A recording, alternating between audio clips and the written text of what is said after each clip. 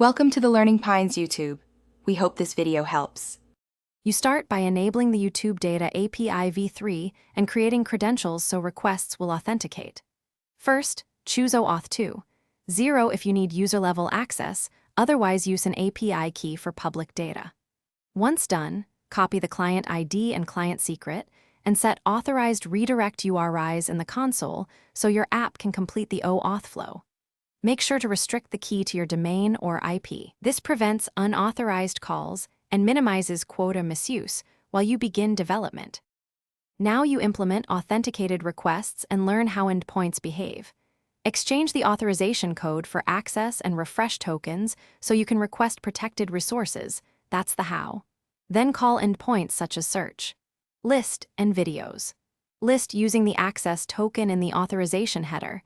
This returns JSON with the fields you requested.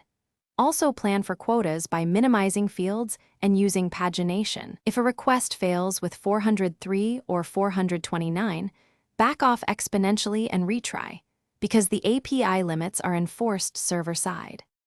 Finish by parsing responses, storing tokens, and adding error handling so your integration is reliable. Map JSON objects like item, ID, snippet, title, and statistics. View count into your app's models. Use the field's parameter to reduce payloads, which saves quota. Store refresh tokens securely and refresh access tokens before expiry so calls remain seamless. If things go wrong, check the error message. Invalid grant often means redirect URI mismatch, while quota exceeded requires checking usage and applying for higher quota or optimizing requests. Thanks for watching. Consider subscribing if we helped you.